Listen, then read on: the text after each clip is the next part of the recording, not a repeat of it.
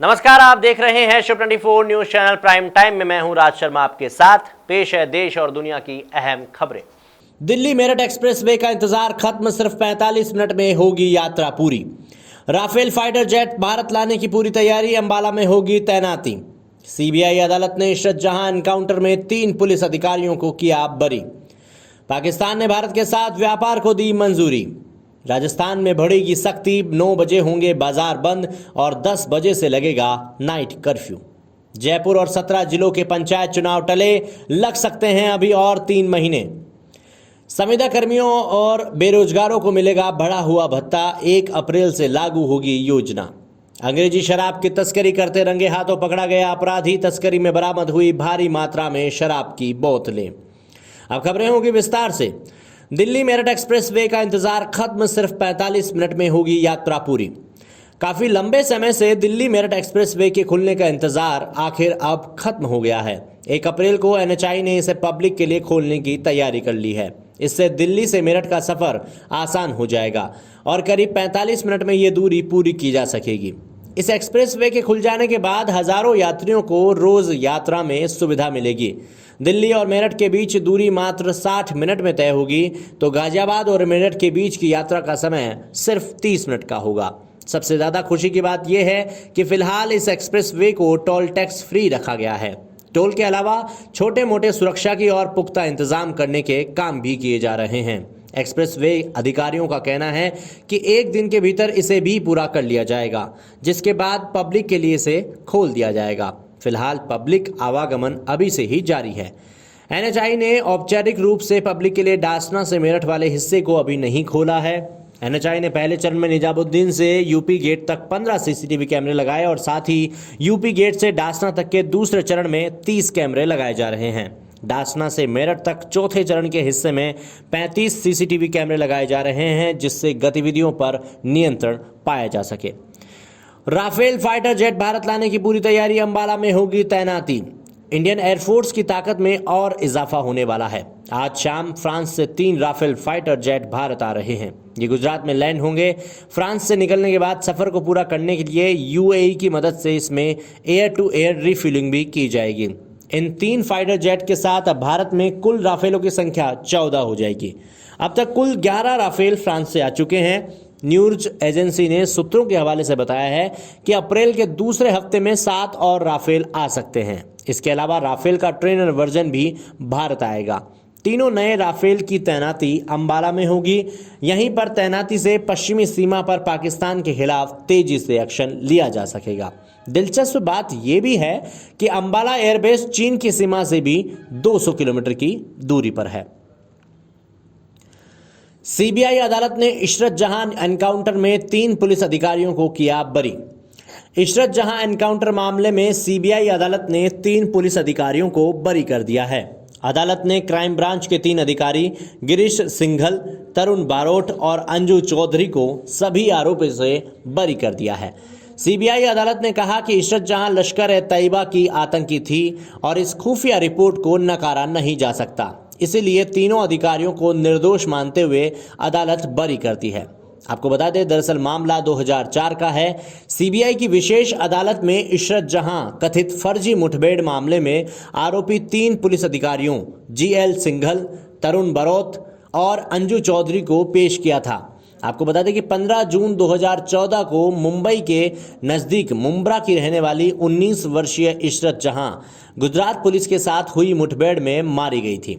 इस मुठभेड़ में जावेद शेख उर्फ प्रणेश पिल्लई, अमजद अली, अकबर अली राणा और जिशान जोहर भी मारे गए थे। पुलिस का दावा था कि मुठभेड़ में मारे गए चारों लोग आतंकवादी थे और गुजरात के तत्कालीन मुख्यमंत्री नरेंद्र मोदी की हत्या करने की योजना बना रहे थे। हालांकि उच्च न्यायालय द्वारा गठित विशेष जांच टीम इस निष्कर्ष पर पहुंची कि मुठभेड़ फर्जी थी, जिसके बाद सीबीआई ने कई पुलिसकर्मियों के खिलाफ मामला दर्ज कराया। पाकिस्तान ने भारत के साथ व्यापार को दी मंजूरी। पाकिस्तान की इमरान खान सरकार ने भारत से कपास और चीन के आयात को मंजूरी दे दी है। पाकिस्तान की कैबिनेट आर्थिक समन्वय समिति ने बुधवार को भारत के साथ व्यापार को फिर से शुरू करने की मंजूरी दे दी। पाकिस्तान 3 जून 2021 से भारत से कपास का आयात शुरू करेगा। आपको बता दें कि पाकिस्तान ने वर्ष 2016 में भारत से कॉटन और अन्य कृषि उत्पादों के आयात पर रोक लगाई थी। सूत्रों के मुताबिक पाकिस्तान में चीनी की बढ़ती कीमतों और संकटों से जूझ रहे कपड़ा उद्योग को बचाने के लिए पाकिस्तान की इमरान खान सरकार ने भारत के साथ व्यापार को फिर से शुरुआत करने को मंजूरी दे दी है। दोनों देशों में तनावपूर्ण रिश्तों के बीच ये पाकिस्तान का भारत के साथ संबंधों को सुधारने की दिशा में पहला बड़ा प्रयास माना जा रहा है। इससे पहले अगस्त 2019 में जम्मू कश्मीर का विशेष दर्जा खत्म करने के बाद पाकिस्तान ने भारत के साथ रिश्ते को तोड़ लिया था। पाकिस्तान सरकार चीनी और कपास का आयात ऐसे समय पर करने जा रही है जब इन दोनों के लिए पाकिस्तान को काफ़ी मशक्कत करनी पड़ रही है। पाकिस्तान सरकार का यह फैसला दोनों देशों के बीच सामान्य होते रिश्तों की शुरुआत बताया जा रहा है। राजस्थान में बढ़ेगी सख्ती, 9 बजे होंगे बाजार बंद और 10 बजे से लगेगा नाइट कर्फ्यू। राजस्थान में कोरोना के बढ़ते मामलों को देखते हुए सरकार सख्त हो गई है। प्रदेश के 8 शहरों के बाजार अब 9 बजे से बंद हो जाएंगे। रात 10 बजे से नाइट कर्फ्यू लगाने का फैसला किया गया है। पहले बाजार बंद होने का समय 10 बजे और नाइट कर्फ्यू का समय 11 बजे तय किया गया था, लेकिन कोरोना केस बढ़ने के बाद अब सख्ती बढ़ाते हुए समय और कम कर दिया गया है। 8वीं तक के स्कूल बंद करने पर भी फैसला जल्द किया जा सकता है। मुख्यमंत्री अशोक गहलोत ने बुधवार को कोरोना कोर ग्रुप की बैठक ली। बैठक में नई गाइडलाइन को मंजूरी दी। राजधानी जयपुर समेत कोरोना प्रभावित 8 शहरों में सख्ती लागू की जाएगी। इससे पहले 21 मार्च को गृह विभाग ने कोरोना गाइडलाइन जारी कर पाबंदियां लगाई थी। इस दिन ही रात 10 बजे बाजार बंद करने और 8 शहरों में रात 11 बजे से नाइट कर्फ्यू लगाने का फैसला किया गया था। जयपुर और 17 जिलों के पंचायत चुनाव टले, लग सकते हैं अभी और 3 महीने। प्रदेश में 17 नगर पालिकाओं की अधिसूचना जारी होने से 12 जिलों के जिला परिषद और पंचायत चुनाव 3 महीने के लिए टल गए हैं। राज्य निर्वाचन आयोग फिलहाल 12 जिलों में प्रस्तावित पंचायत और जिला परिषद के चुनाव नहीं करा सकेगा। इन चुनावों का शेड्यूल अप्रैल में जारी होना था, लेकिन अभी राज्य सरकार ने 17 नगर पालिकाओं का नोटिफिकेशन जारी किया है। राज्य निर्वाचन आयोग ने अप्रैल में सभी 12 जिलों में चुनाव करवाने की तैयारी पूरी कर रखी थी और इन जिलों की मतदाता सूचियों का अंतिम प्रकाशन 19 अप्रैल को होना था, लेकिन 17 नगर पालिकाओं को नोटिफिकेशन जारी होने से आयोग को अब नए सिरे से कार्य करना पड़ेगा, जिसके कारण मतदाता सूचियों का प्रकाशन, आरक्षण लॉटरी तथा अन्य चीज़ों को देखते हुए नए सिरे से काम करना होगा। इस पूरी प्रक्रिया में कम से कम 3 महीने का समय लगेगा। चुनाव नहीं होने तक राज्य सरकार द्वारा लगाए गए प्रशासक इन जिलों के काम संभालेंगे। संविदा कर्मियों और बेरोजगारों को मिलेगा बढ़ा हुआ भत्ता, 1 अप्रैल से लागू होगी योजना। प्रदेश के विभिन्न विभागों में कार्यरत करीब 1.5 लाख संविदा कर्मियों और बेरोजगार युवक युवतियों को 1 अप्रैल से गहलोत सरकार की योजनाओं का लाभ मिलना शुरू हो जाएगा। आपको बता दें कि 1 अप्रैल से संविदा कर्मियों को 10% बढ़ा हुआ मानदेय मिलना शुरू हो जाएगा, तो वहीं बेरोजगार युवक युवतियों को बढ़ा हुआ बेरोजगारी भत्ता भी मिलना शुरू हो जाएगा। इसके तहत अब बेरोजगार युवकों को 4,000 रुपये और युवतियों को 4,500 रुपये बेरोजगारी भत्ता मिलेगा। मुख्यमंत्री अशोक गहलोत ने 24 फरवरी को अपने बजट भाषण में संविदा कर्मियों का 10% मानदेय बढ़ाने और बेरोजगारी भत्ता बढ़ाने की घोषणा की।